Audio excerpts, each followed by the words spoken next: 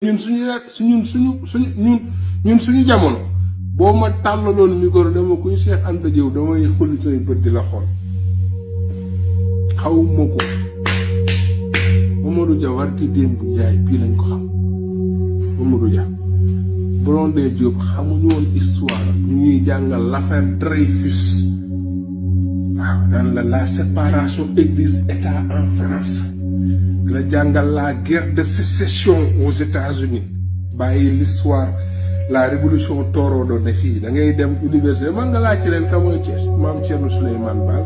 la révolution torodo xamuñu ko boo leen laajtee xoolal la guerre de sécession gars yi récité waaye la guerre de sécession nii nga jaati leen la littérature française 20e siècle est d'une kërëb xool gars yi li récité affaire la dañ littérature française li ñuy récité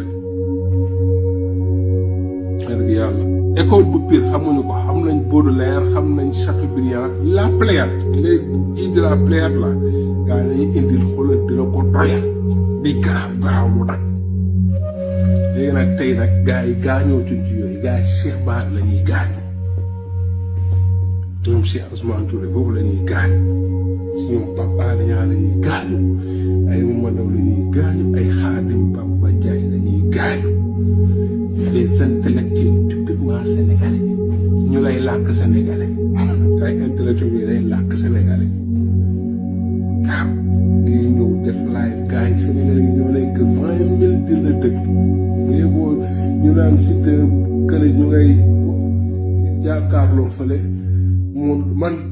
man sànq damaa gis ñu teg Ama Baldé yàlla ko yàlla may ndam ci kaw Modou Lo Ama Baldé yàlla ko yàlla may ndam man dinaa jël liggéey Ama Baldé mooy sama mbër dama koy wax fii mu leer Ama Baldé man mooy sama mbër waxuma keneen du sama mbër Ama Baldé mooy sama mbër man maa ko wax je l'assume mais tey damaa jég ci gis photo Ama Baldé di wàcc ma la woo sa mbir ko ne ko combat Ama Baldé ak Modou Lo ndax tey bu may rey gars yi Khadim Bamba Diagne ñi xëy Pape Alé Niang war a invité Khadim Bamba Diagne état bi dégg ko di yëngal niir di manipuler parce que xam nañ ne la mu fay wax du garaaw gars yi ñëw nekk fa ay 20 000 40 000 50 000 di ko seetaan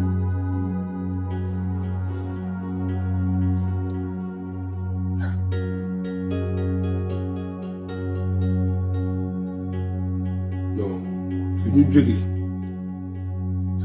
non Siteu mën na bañ a nekk sama mbër mais Siteu sama jarbaat la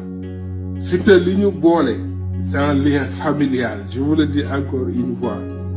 voilà c'est position ndeyam bu ko nekk position man bi mu fi génnee naan fii kenn du taal dama ko ne jàmm gën mënoo tele kenn taal ko parce que moom moo jàmm gën mais sama jarbaat la même problème ak moom dafa def ay option moo xam mais man sama mbër moom sama mbër la de mais sama mbër bi ma mu lay man mooy sama mbër Ama Baldé man mooy sama mbër je l'assume waaw Ama Baldé mooy sama mbër Siteu sama jarbaat soo baat mi poto yàlla na ko yàlla may ndam waaw yàlla na ko yàlla may ndam te Tapha mbër nag na ngeen wutal combat Tapha mbër bu amee combat dañuy xam ne lépp dëgg la waaw ñi nga xam nag waxuma rek sax mbër yi mais képp koo xam day doolal dynamique bii day doolal Sénégal bu soppeeku te changé bu leen ci am wursukaay gis nga affaire sonkorisation bi ñu naan non supporter pi pan ping pong ñun nañuy ëppal ci yooyu moytu di ëppal ci saaga yeeg yi nga xam Ousmane dafa ñu koy teral man dama seen yenn patron li ñu Ousmane di teral dañ ciy ëppal mais yi nga xam dafa yomb dem sonkorisé bu ñu ci am problème dañ koy def bu mu saf sàpp ay Ama Baldé nii non bu leen tugal nii politique bu làmb ji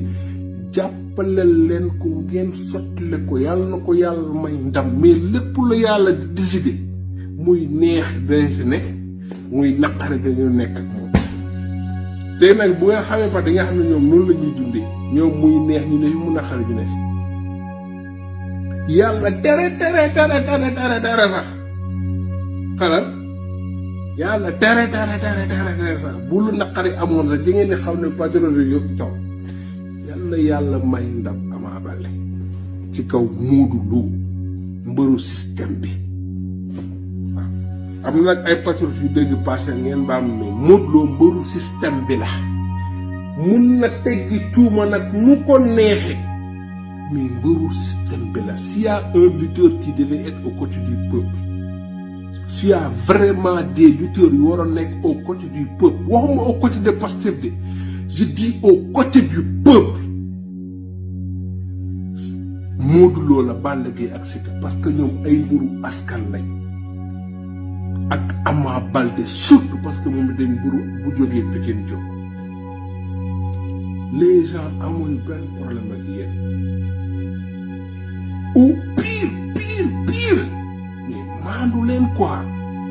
dégg naa Modou Lo génn naan non gars yi duñu comprendre mais Modou Lo yow conférence de presse bi ngeen doon waxee Macky Sall daa am 3e mandat yow yaa ngi fa toog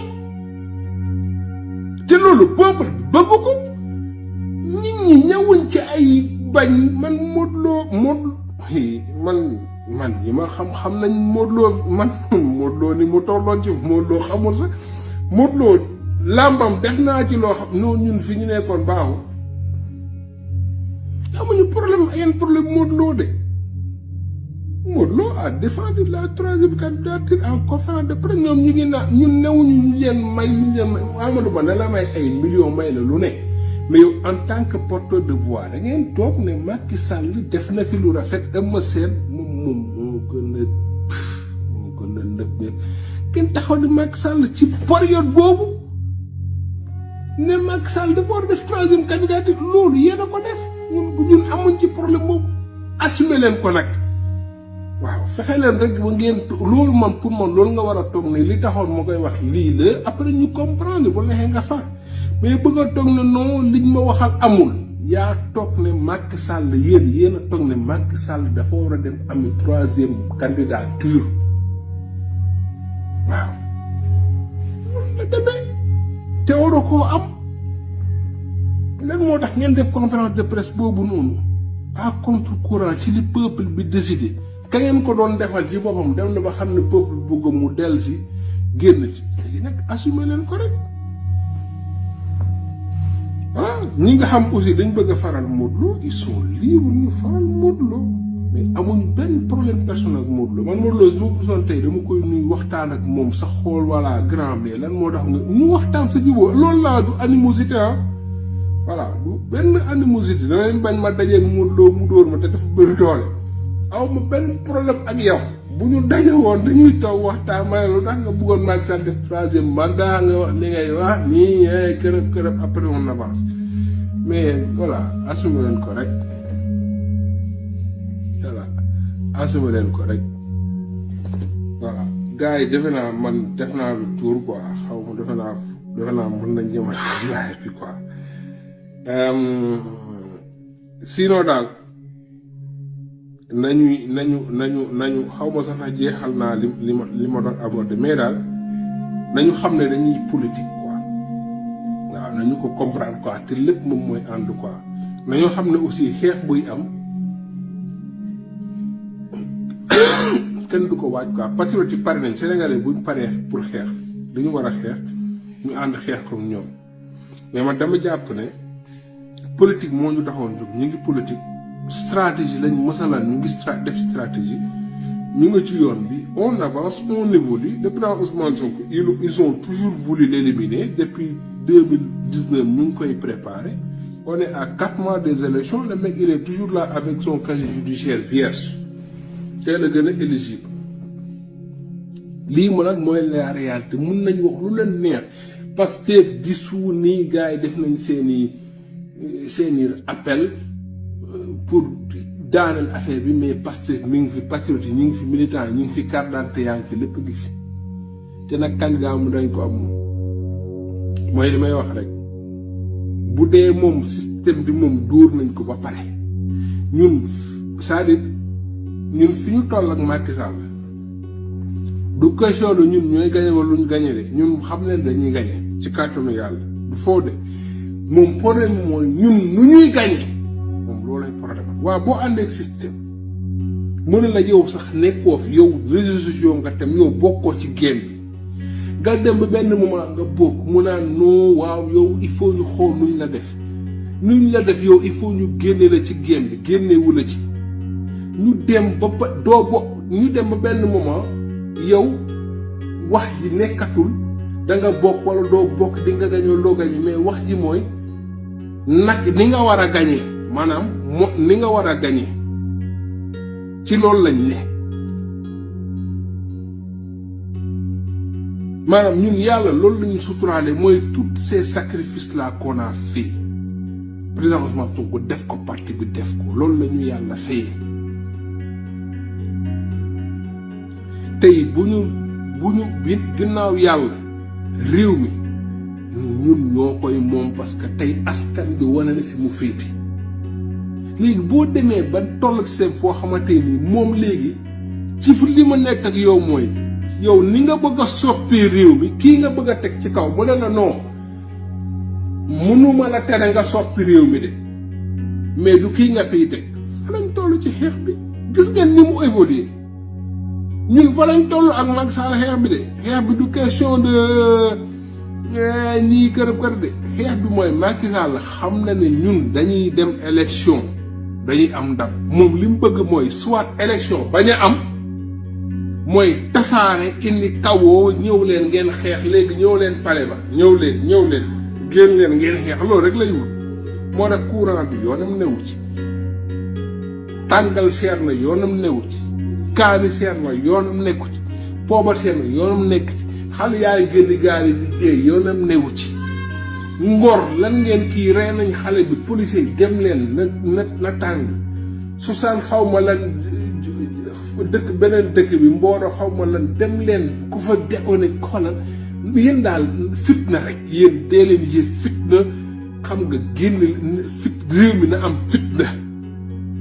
Macky Sall loolu lay wër ñun nag waruñu loolu ñun réew mi lañ bëgg a jël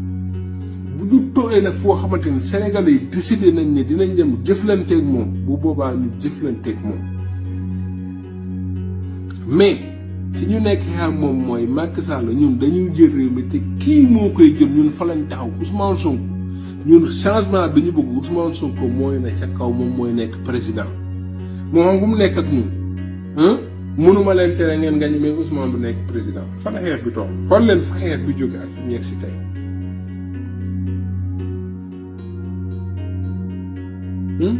fa la ñu yegg si tey il faut ñu comprendre que ne xeex bi justice dajee bokk parce que combat bi du ci réseaux sociaux yi combat bi ci àdduna la bu ñu def erreur bi Macky Sall defoon xam nga mooy ban Macky yaakaar ne Sénégal dëkk bu tëju la jël policiers yeeg nervis yëpp dajale seen biir xalaatatuñu pour ñoom lépp foofu la yow def ay erreurs yoo xamante ni ça leur a été fatal affaire bi du réseaux sociaux di kii kese ñu àdduna daf ñuy seetaan Sénégal yi duñu seetaan ay kilifa duñu seetaan ay nit ñu dal duñu seetaan yaay duñu seetaan nit ñoo xam faruñ fen duñu seetaan ñun dañoo bëgg a jël réew mi yaa am comportement boo xam mënuñu ko am wala buñ koy am dafay jot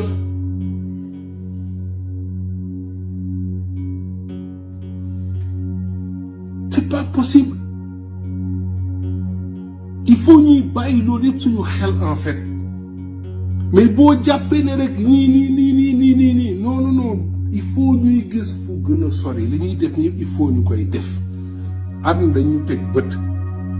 ci ce combat là on doit le réussir pour les martyrs, pour le Sénégal, pour l'Afrique.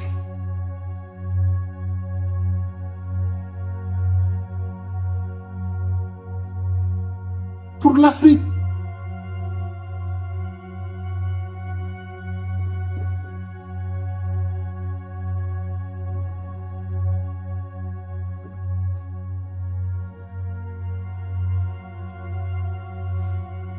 Pour l'Afrique. On ne peut pas perdre ce combat-là. Fi ñu toll dañu nekk ci benn moment pour stratégique. Moment pour stratégique. Sans oublier maintenant, mais yàlla moom moo fi ne. Macky Sall munul ci Ousmane Sonko lu yàlla nammul ci Ousmane Sonko.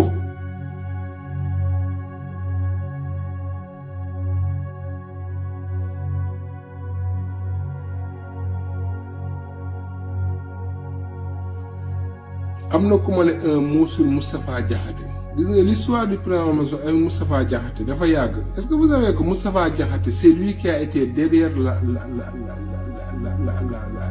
bi ñuy dàq le président Ousmane Sonko. Moustapha Diakhaté c'était le président du groupe parlementaire de Benno Bokk Yaakaar. ku mel ni Moustapha Diakhaté ñee naa leen xam nga ñun parti lu ñu leen di war di ñaanal yàlla leen yàlla may gudd fan. ñuy fekkee di gis dañuy xëy seen xol yi di gën a bon. Moustapha Diakhaté yéen bu mu dee leen ree rek de man bu génnee di wax ay ree kese la may def plus muy wax plus xol bi di gën a bon. natt daa mën a weesu loolu gën a ci dëkk mu am benn nit ku fa ne ay nit ñu fa ne yéen ngeen yor état yor yëpp xam nga ay Moustapha Diakhaté yi ñoom mere nañ Ousmane Sonko de mais Macky Sall lañ gën a mere parce que c'est des gens yoo xam bi affaire Adji Sarr ne tell dañoo parier dañu ne jeex na rek ñu firee ku jóg tam pour ñoom jeex na ab li ñu amoon ci àdduna yëpp ñu parier ko xam nga ba dem ci naar bi joxe sa jabar joxe say doom joxe sa kër joxe sa lépp joxe sa bopp joxe sa lépp far ñu nuus Macky Sall ñoom dañoo mere Macky Sall dégg leen wax ji de bu may état bi dafa war a def lii dóor Pastef dindi Pastef rey leen jàpp leen jël moom yooyu rek lay wax maanaam li mu bëgg Macky Sall defee defu ko wala li mu bëgg Macky Sall mënte mënu ko moom neewul ci Ousmane ji Macky Sall la ne nit ñi ñoo comprendre rek mu tax de nañ koy comprendre ñoo dañ ko war a maanaam moom li ñu war a def comme muy mel Cheikh Yérim rek moom li mu bëggoon Macky Sall def te Macky Sall defu ko la moom nag c'est-à-dire Moustapha Diakhaté moom doole ji Ousmane Sonko am la mënu la digérer gis gi muy gis patriote la mënul digérer xam na ñoo ëpp ci réew mi ñoo gën a bëgg réew mi ñoo na ci réew mi Ousmane Sonko la ñu bëgguñu ko moom bëgguñu Macky Sall loolu nag lay xëy xol bi di bon mu jàpp ne Macky Sall lii da ko war a lijjante te ndeysaan yàlla jox ko moom lu mu ko lijjantee jox ko Macky Sall lii mooy problème Moustapha Diakhaté moo tax nii rek la mën a def Moustapha Diakhaté li muy def nii lu ñu lay wooye en psychologie refoulement lu fees mu koy refoulé di ko génne parce que loolu mooy thérapie loolu moom xoolal Moustapha Diakhaté boo ko tegaloon Aïssatou Diop Fall futti ko baal leen ma de ci wax ji voilà parce que ñoo ay xët yu dee lañ quoi wax ci Ousmane Sonko moo koy daaneel waaw moom foofu lay defee refoulement foofu lay amee plaisir di ko wax parce que jàpp na ne moom plus mu wax ju ñaaw ñun aussi dañuy mer mais comme picc bu lakk ci taat day bëgg morom moom ni muy meree xol bi di bon bu xëyee moom dafa bëgg bu xëyee aussi muy faju wax ju Moustapha Diakhaté bu mënoon saaga ni ci plateau day saaga de bëgg na ko de nga xam nu muy def rek li jure laa la xolal Moustapha Diakhaté bu sañoon day xëy di def comme Adamo di ko def pacte di ko def Ousmane Sonko da koo mënul mais looloo ne xalal looloo ne ci xol bi Aliou Sow bi ngeen di wax nii moom du sax question de Moustapha Diakhaté Aliou Sow dóorkat la waaw moom dóorkat la dafa dóor ba dóor ex jabar jël alal mu amoon yëpp ne ko tabax na kër Sénégal fekk mu ngi luyee fii Maris Aliou Sow ñun xam nañ ci histoire de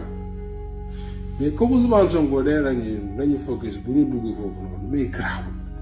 mais jàpp leen daal kooku dóorkat la waaw dóor na ba dugal ay journalistes yi sax yoo ci ay dóoram ba dugal leen ci affaire waaw day ñëw issa ñëwal xam naa diw nga jël mu yóbbu la diw dem ñu defal leen defal ngeen dem voilà Aliou Sow dóorkat la ils sont pas importants dóorkat la waaw Aliou Sow dóorkat la rek comme ñenn ñiy dóore ci TikTok bi ñii di dóor ci Facebook bi ñii di dóor feneen ñii di dóor Sénégal moom mu ngi dóor ci presse bi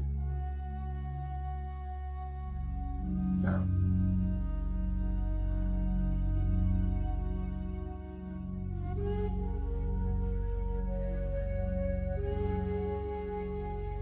am na ku man étudiant yi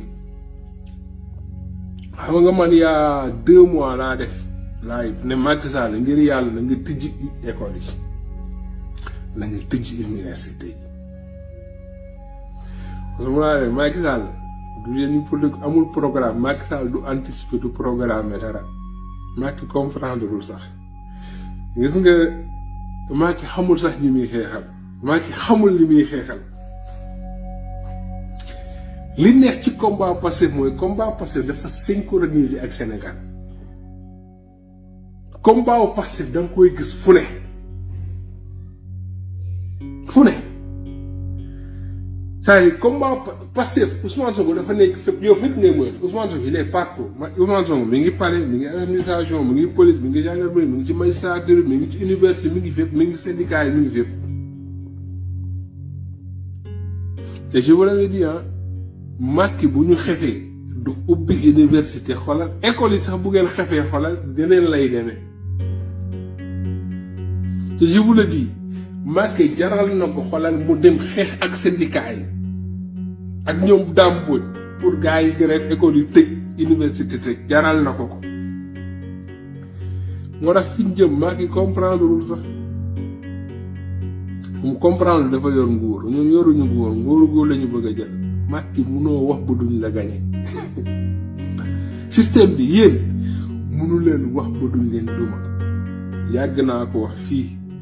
ñi ànd ak le président Ousmane Sonko c'est les meilleurs d'entre nous Sénégalais waxuma ñun ñooy les meilleurs c'est parmi les meilleurs d'entre nous Sénégalais ñoo ànd ak Ousmane Sonko boo demee ca mécanicien ya ña gën a jekk ca mécanicien ya ñoo ànd ak Ousmane Sonko boo demee ca mool ya ña gën a jekk ca mool ya ñoo ànd ak Ousmane Sonko boo demee ci mbër yi ña gën a jekk ci mbër yi ñoo ànd ak Ousmane Sonko nga dem ci étudiants yi nga dem ci médecins yi nga dem ci juges yi nga dem ci fay nga dem fu ne nga def boo ma juges yi sax mën naa ko génne mais ci catégorie sujet professionnel boo dem ci Sénégal xoolal ñoo ànd ak Ousmane Sonko ba pare nag yàlla ñëw def ko phénomène nag ñëpp ñëw daanu si nag Ousmane Sonko ñëpp ko bëgg léegi da ngay gis nit koo xam bandi na buy taxawaal dina dama bëgg Ousmane Sonko da ngay daje benn agresseur mu agressé dóor ay portable def lu ko neex mais boo demee parce que affaire xol la yàlla moo koy def ci xol yi mu ne dama bëgg Ousmane Sonko nga jàpp sàcc xëcc dem bay dóor mu ne la sàcc laa de waaye dama bëgg Ousmane Sonko c'est-à-dire wéesu nañ foo xam Sénégalais yi normal yi ñi am raison ñi kii de mais c'est-à-dire ñeneen ñi dañ koy bëgg de duñ ko rey waaw waa APR sax dañoo bëgg Ousmane Sonko waaw xam naa nag bu yàggee ñu ne dafa am lu ñu sotti ci lac de Guiers bi am lu ñu sotti ci ndoxu Sénégal bi nga fuñ jëm wala saa yi bu leen yàkkam ci combat bi c'est gagné ce combat là on l'a gagné dañu ko gagné si on a une stratégie pour récupérer ce pays là te dee du am te dara du am il faut le faire Ousmane Sonko mi ngi prison mi ngi grève de la faim mi ngi hôpital nañu ko ñaanal te taxaw temm nag maanaam taxawaay boo xam lu mu laaj ci moment boobu ñu def ko parce que suba Sénégalais yi mun nañ décider que ne nii lañ koy lijjantee ñun parce que nañu fexe ba pare mais ci moment bu ñu toll ci moment boobu lañ toll ci foofu lañ war a focus tey fi ñu toll mooy am nañ jëli nañ fiche de parrainage nañu jàpp ci jëli fiche de parrainage fa lañ toll mais pas non lan moo def nii la non nañu foofu lañ toll loolu lañ war a def ba ñu tollee ci 2 juin xeex la woon dañoo génn dem xeex ñu rey ñenn ñi jàpp nañu dañ ko def tey fi parti bi toll ñun fa lañ toll fi Pastef ne fa lañ ne parce que coow nag ñoom la dañu ne si fiche de parrainage lañ ne nañu ne foofu noonu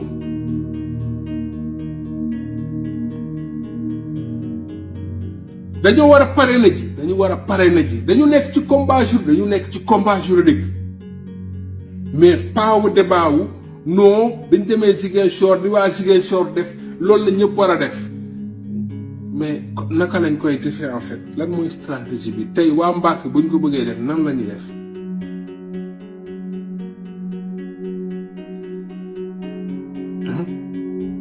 ñëwee ñu ko wax lan la ñuy def arrêtez de comparer nii fii ak fële Ziguinchor ils sont comme ils sont on adore Dakar ils sont comme ils sont on adore Fatick ils sont comme ils sont ay patriotes yu nga Fatick yu déterminé foofu fiyefu Macky Sall la terrain bu hostile la chaque jour ma joxe exemple bàyyi kii Tampi bàyyi mbay MC bàyyi mbay Tampi mu nga maata risque yi muy jël kan moo koy jël terrain bu hostile la ne te noonu la férocé il faut le comprendre ainsi en fait il faut que ñuy contextualiser c'est en fonction des moments du lieu de la stratégie des acteurs des enjeux xel la mais c'est pas parce que dañu ne li des xel la rek que ne dañoo jël xeex bi ñu dugal ko tëj ko c'est pas parce que quelqu'un dit que dañu war a nekk ci comme c'est pas parce que Amadou Ba mi ngi génnee texte Amadou Ba ce qu'il fait c'est hyper important mais c'est pas parce qu'il le fait que dafa exclure que ne waruñu xeex mais bu ñu tollee ci moment combat bi il faut ñu mën a ko li mu laaj mais c'est pas parce qu'il exclut mais bu nee moment bii nii lii lañ war a def c'est parce que moment bi lii lañ war a te waxu ko nag parti bi doolu loolu nekk di def mais li day tofale la non day découragé kan lay découragé loo ñi pare pour xeex suba dem leen bu réussir ñu ñëpp ñoo jàpp mais il faut pas imposer aux gens genre il faut soit Ousmane Sonko seul la lutte libère on le sait Ousmane Sonko lii di ko génnee prison lan moo koy génnee prison ñu dem xeex mais on s'organise comment dañuy ñëw Sénégal yi force ñëw leen da ngeen force ñëw ànd ak ñu dem génne le président Ousmane Sonko. Vous avez un état devant vous ana Vito kenn da ko gënoon a xarañ kooku jël bakkanam ak jege Ousmane Sonko ak nga jël bakkanam la yemale woon mën nga ci prison lu ko yóbbi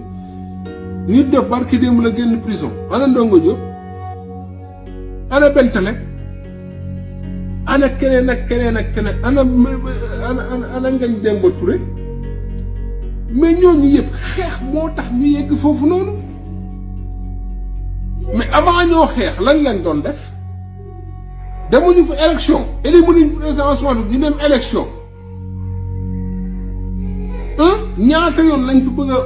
organiser dara ñu dem affaire bi bañ président Ousmane Sonko non bàyyi leen mu sedd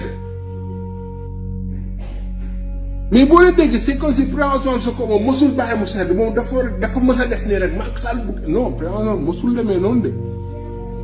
dans toute l'histoire li ngay dégg cooli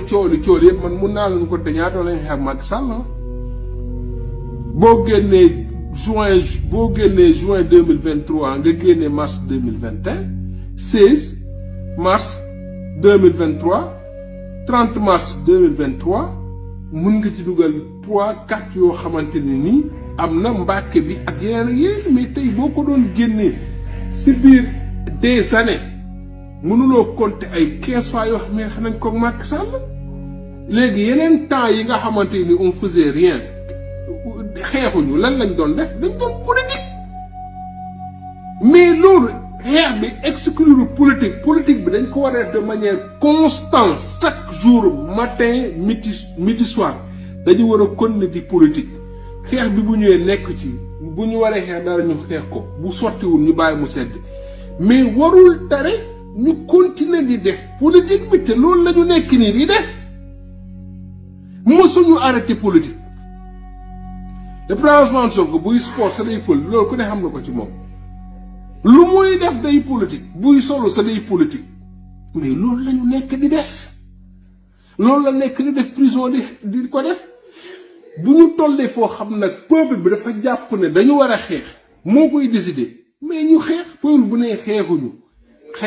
mais ñu kon di def politique bi nga xam moom la ñuy def parce que loolu erreur bi ñu koy def mooy ñi nga xam dañuy exclure tout le temps que dañuy fàtte que ne Pastef parti politique la di xeexu politique moo tax saa yi du ñuy comprendre loolu en fait à la base parti politique lañ di xeex système ak état mu hostile ci ñun ñu yàgg di jël ay coups fi may terminer mooy bu gis nga patriote bi dugal ci boppam que ne dina am jàmm fii ak ñuy gagné élection yi préparer sa bopp waxuma nag dina garaaw de mais préparer sa bopp que ne Pastef ba mu nekkee Pastef ba tey ñun depuis 2016 ñuy suivre le plan du suivre combat bi 2017 ñu jël suñu responsabilité nekk membre à part entière dugg ci bureau depuis 2016 laa wax ñu ngi topp Pastef man bu mu duggee Pastef depuis 2016 di ko topp ba tey amul benn moment bu ma toog une semaine te état bi teguma pression Pastef loolu dafa ànd ci combat bi mooy maanaam jàmm ji nga bëgg munoo ko am yàlla bindee noonu projet bi donc il faut pas penser que nañuy ñëw dem jëli suñu parrainage Ousmane Sonko génn ñu jël parrainage dem campagne Sénégalais yi génn ñu dem élection patriote def ay tànk def ay base rek ay nag gars yi di mais non nekkuñ ci loolu je suis désolé nekkuñ ci loolu c'est un combat jusqu'au bout non jarul pause mu julli man kay pare naa léegi mën ngeen dem julli ji maa ngi leen di ziar bu baax di jégalu ci kàddu yi waa TikTok bu woon naa def tuuti interaction mais fi ma teg TikTok bi 18% moo ma dese donc su ma ko dugalee aussi des fois su may live nii su ma defee enchaînement rek xam leen ne maa ngi ci Facebook bi léegi de temps en temps dinaa ñëw TikTok ñu def interaction quoi mais foofu tay très réewtal boobu day fu du métti voilà donc maa ngi leen di ziar bu baax a baax voilà arejatu mooy ngaa dem julli ji man pare naa ci live bi patriote yi dem leen gën julli ji donc maa ngi jéggalu ci kàddu yi nañu focus nañu politique xeex bu jotee dinañu xeex kenn du ko waaj nag dafay spontané voilà nañu gën a aussi bàyyi surtout TikTok bi gars yi jataay amul problème bàyyi leen mu sedd comprendre nga dañuy dimbale le plan Ousmane Sonko di ko waxuma werante munul ñàkk mais nañu am taxawaayu président Ousmane Sonko en fait ku ci nekk lépp looy def rek na mel ni le plan Ousmane Sonko dafa jàkkaarloog yow quoi voilà moom ci lim ñu woo voilà et je pense que képp ku nekk ci TikTok bi rek am na ko président Ousmane Sonko mos a tudd turam ci TikTok bi c'est pas parce que dafa gën a xarañ wala li muy def gën mais dafa gis muy def loo xam bu jàppoon moom bu jàpp Lamine Niass la mu nekkoon ci loolu lay xaar patriote nekk ci TikTok bi waaw nit ñi nag dañuy wute caractères yi wute ku ci nekk ak ni nga koy defee mais ñu góorgóorlu rek ñu nekk ci essentiel en fait comprendre nga je pense que fi ñu toll nii problème yi ñu am rek doy nañu sëkk que ñu war fi nekk di lijjanti problème mu nit les gens ont leur vie privée les gens ont envie parce que ñun patriote ay jeunes lañ comme ñëpp li jeunes yi Sénégal yi def loolu dañuy def yooyu du problème quoi loolu mooy li may wax rek parce que ñëw fi pour nii ngay jullee yow doo julli yow chrétien nga doo dem église yow da ngaa bëgg doxaan yow da ngay kii fii saa patriote ñu ngi fii man xam naa ay patriote seen jëwriñ bi seen day doxaan xam nga loolu te bu ñëwee fii nii jëwriñ fi day toog di caay biru kii doxaan rek lay def ak yeneen gars yi c'est des Sénégalais ñun la suñu biir nos vies privées la xam nga voilà ñu néew projet lañ am quoi voilà ku nekk nag jéem a la baax sa digganteeg yàlla c'est benn affaire bu individuel la sa digganteeg yàlla mais sa digganteeg projet bi surtout booy wax par rapport ak projet bi dafa am lu loo wax voilà parce que nit des fois dinay jàpp ne man sax peut-être mën na ma dalaa mën naa jàpp ne fii maa ngi defaral le président Ousmane Sonko mais si sama comportement maa ngi koy yàqal te loolu lu mot a bàyyi xel la te dañuy fàttaliku ne combat bi dafa am ñu ci dee en fait dafa am ñu ci nekk prison dafa am ñu ci nekk leneen dal ñun li gën a neex ci projet bi la ñuy def mooy toog di wax am na ñu nekk ci terrain bi am na ñoo xam dañuy wax di wàcc ci terrain bi am dañuy wax di def mais aussi wax fës métti na parce que d'habitude problème yu bëri ci yow lay ñëw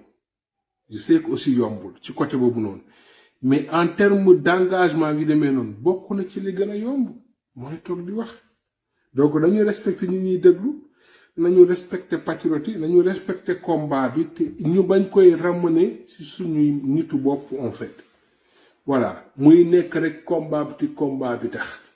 ñuy éviter le maximum possible daal di ramener le combat bi sur nos personnes fii ku ci nekk sawaay yaa ngi góorgóorlu gis naa fi ay patriote nekk ci TikTok bi yu am njëriñ ñuy def comme lu extraordinaire nekk leen ci loolu ñun ça fait des années ñu ngi ci réseau bi dafa doy waar waaw mais boo amee conviction nekk ci li nga nekk rek dem sa njuumte sax mënul am mais nekk ci li nga nekk ak conviction yàlla dala combat pacifique combat wu dëgg la en fait même des fois boo ci raxee dara sax dafay feeñ en fait voilà nañ ci góorgóorlu quoi loolu moom issa barki moo jëwriñ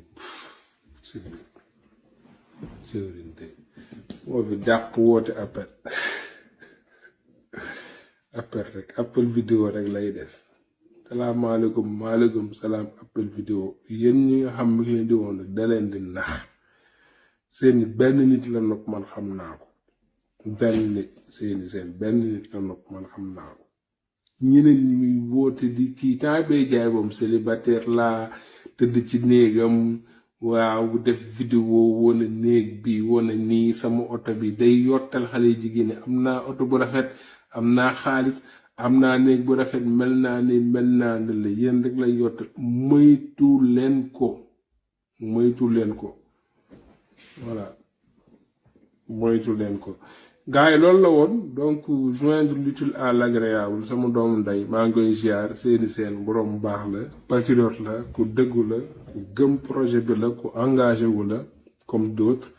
donc gars yi maa ngi di ziar di leen bégg bu baax nekk patriote Sénégal dafa yombul nekk patriote rek voilà mais en même temps dafa neex waaw dafa neex ñun am nañ lu bari lu ñu war a nettali ku ci nekk ci ñun Sénégal moom gis nga Ousmane Sonko bu fa la woon ay écrivain ñun dinañu bëri parce que ku nekk mën nga bind sa propre histoire en fait voilà man jàpp naa ne tey mun naa bind histoire seeni seen mun naa bind histoire Akon Niass mun naa bind histoire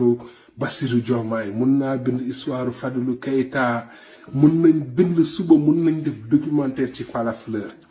suba mun nañ def documentaire ci Pape Alé Niang suba mën nañ def tey un film sur Ndongo Diop kaawu Ndongo Diop rek film boo xamante ni xoolal ay Hollywood ñoo koy réaliser voilà te moo tax et cette histoire du Sénégal nous on va l'écrire c'est ça notre responsabilité en fait kenn duñu ko raconter dañ koy bind bàyyi ko fi pour yeneen génération yi di ñëw donc ku ci nekk boo ci nekkee del bàyyi xel aussi ci loolu parce que bu leen xeeb seen bopp y a des tiktokers y a des liveurs y a des Ousmane Tounkara histoire du Sénégal mënuñ dañ koy bind du jigéen dañ koy bind daf ciy des ñeneen ak ñeneen noonu Fala Fleur noonu ñooñu munul dañ nit dof c'est à jamais c'est à jamais xam nga donc yooyu yëpp nañ ci bàyyi xel ñu rafetal ko en fait voilà nañu ko rafetal te Ousmane Sonko rek daf ñu jàngal ci lu bari ne nit ki fépp fooy nekk am fa jaar-jaar rek daf ñu yee ci lu bari waaw fépp foo nekk am fa jaar-jaar rek xoolal noo ko defee ba telle sorte que suba du la gàllankoor ci lu yàlla peut-être xanaa mu nekk loo xam yàlla moo ko dem mais góorgóorlu sa bopp te loolu won nañu ko en fait am na loo xam bu ñaawoon université Gaston Berger ñaaw ko ENA wala mu ñaaw ko impôt domaine dina demee leneen waaw dina demee leneen loolu rek jàngat la quoi et puis ñuy baalante ak muy gën a nice xam nga muy gën a cool quoi voilà des fois bu jotee amee réeroo am ñu del si ñun ñaar suñu patriotisme jaral ñu wootante waxtaan juboo et puis la goes on quoi la vie continue gars yi maa ngi di bëgg bu baax di leen siyaar di leen jox dig daje ba fan yi incha allah muy TikTok bi mu ni Facebook bi sama compte YouTube bi nag gars yi dem leen ngeen abonné ci parce que bi ma ñàkkee sama Facebook bi def naa lu ne pour live mais mënuma ko Issa Diène dem leen ngeen abonné ci jàpp leen ci